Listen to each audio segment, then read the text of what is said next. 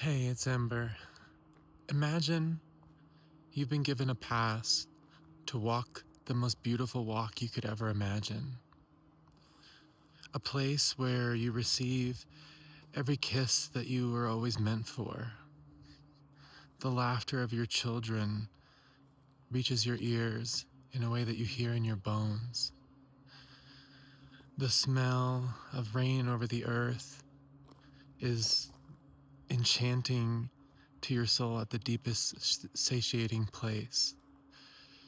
That the song that you hear from the birds, from the wind through the trees, is the song your soul was always meant to hear. Imagine you've been given one chance to walk through this place, this garden, and the entire time you're looking down at the map. You're looking down with your eyes pasted on the phone. Your fingers, your digits are tracing lines while the birds sing, while the wind blows. And imagine you get to the end of this walk and someone asks you, hey, so how was it? Your one chance to walk through this. And you say, well, the map was clean, the lines were straight, and I don't think I got lost. Imagine what that would be. I use phrases, and today I want to talk about love, signal. And I use phrases that might sound strange to some listeners. Spiral 1, 2, and 3. I'm just talking about stages of the evolution of mind, of the evolution of soul.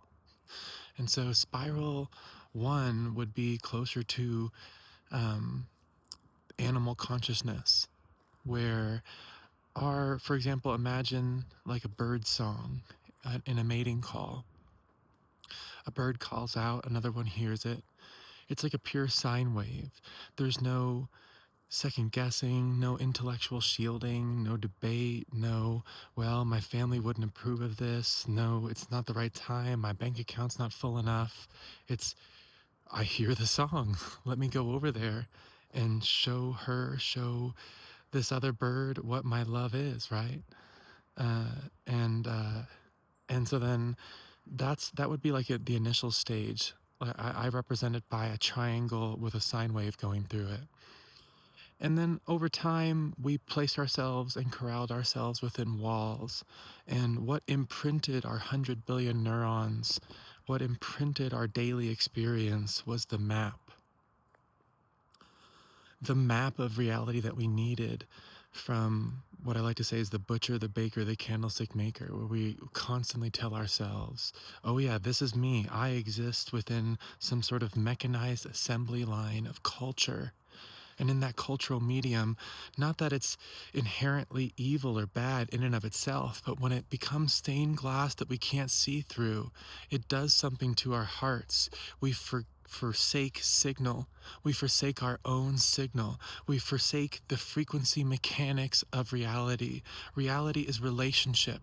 Reality is frequency. I know all of you have heard a song and maybe even seen studies that say, oh yeah, within the first few seconds of a song, you know whether you like it or not. What does that click? What does that click when you hear, for example, your child, like I was recently talking to my daughter, you hear her voice and it just sings a song in my heart like no other. Is that me intellectualizing about it and saying, well, I really like her voice because, she's this age and she's saying these cute things because of these environmental or developmental factors? No, not at all. It's a phase lock. It's a click of frequency in my heart, in my soul. And so spiral 2 then would be what I represent as a spiral of becoming within a triangle. And the spiral of becoming within that triangle, within the borders of the matrix of reality, the informational matrix of the medium of culture, the stained glass windows that most of us on this planet forsake In other words, most of us use and supplant for actual signal. We forsake the true signal of reality, the true signal humming in our bones for the stained glass, and we never buff it out. We never see clearly through it. And so in spiral 2, the spiral of becoming, it can push against that barrier, but most of us are still lost in what you might call the broken hallway of mirrors. What does this look like? This looks like, well, it's not the right time, you know, for me to date. I really felt his signal, but my family wouldn't approve of this. This doesn't seem right. Maybe they are the wrong culture. Maybe they are the wrong type of person my father never liked. Um, I feel the signal, but I'm forsaking the signal because I'm hooked. I'm imprinted on the stained glass, on the loop. I'm lost in the map. I'm walking the most beautiful trail of my life that would satiate my soul in every way, shape, or form, and my mind is stuck on the map. My eyes are pasted to the lines, and all I've habituated myself to was running my fingers over the lines. Most of us, for most of our lives, have narrated love, you know? We've put love in a box with behind the stained glass. Well, we might say, we've been through so much. Why give up now? Even if the signal's not there. They're not the person I would have chosen, but they're really right for me in this moment of my life, and maybe they make financial sense or something like that. Spiral 2 not only imprints our minds within an informational and cultural medium and matrix, but it distorts our own ability to feel what's humming in our own bones, our own ability to stride through the garden in a way that would have been much more effortless, much more enchanted and satiating. And so Spiral 3 is like being think of everything as frequency. Take off your 3D glasses and say, yeah, there are moments in my life where I feel it in my bones, that click. Maybe you love snowboarding. It's the first moment your board hits the snow and the ice, and you say, I could tell someone why I love this, but those would just be reasons that my intellectual mind is listing.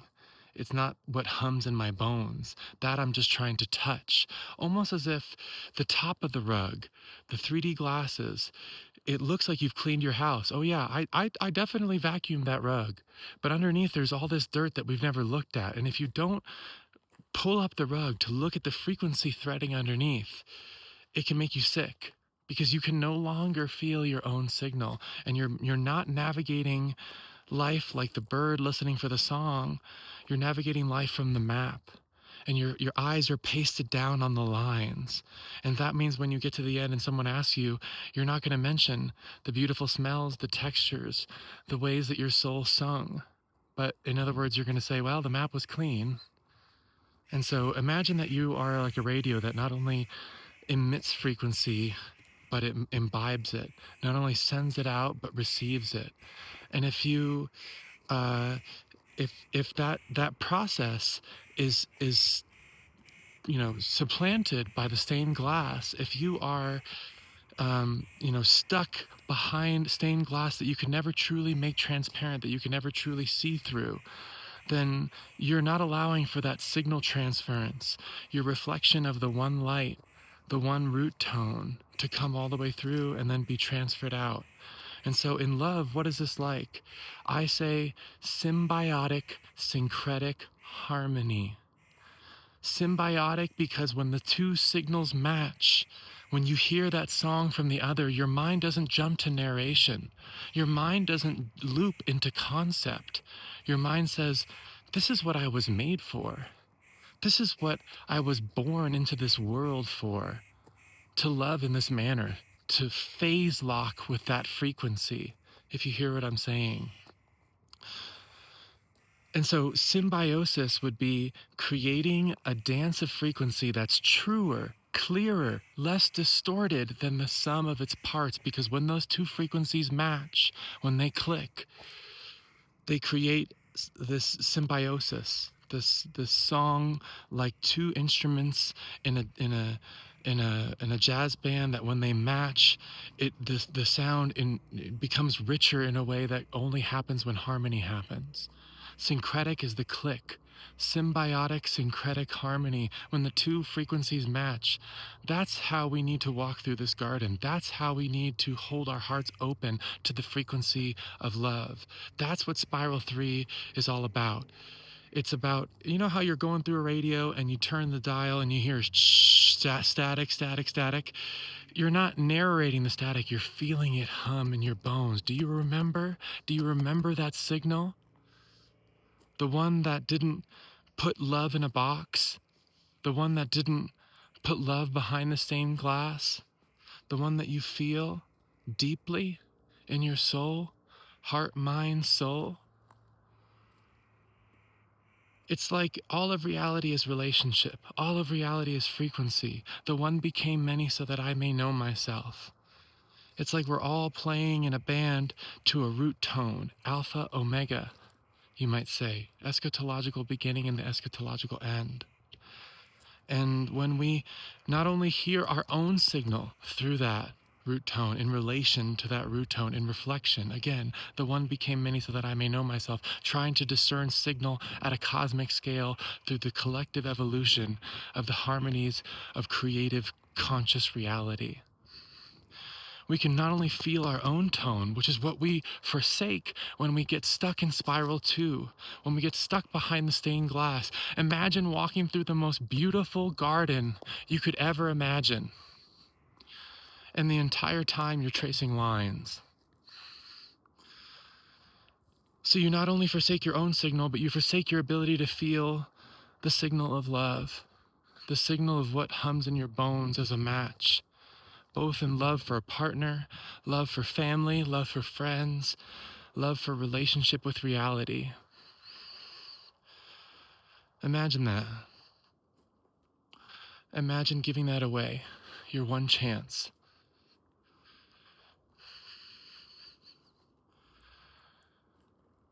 My name is Ember, and we can lift our eyes to the trail, lift our eyes to the garden, and don't mistake the map for the territory. Don't narrate the flowers away. If you feel this signal, sing it out with me. Let's walk, let's remember together. There's no more need to paste our eyes to the map. The map becomes transparent, and we feel our signal through it. This is Spiral 3, and it's time to love. Love as frequency, love as structure, love as the feeling in our bones, in our marrow, in our hearts. If you feel it, let me know. Let's remember together.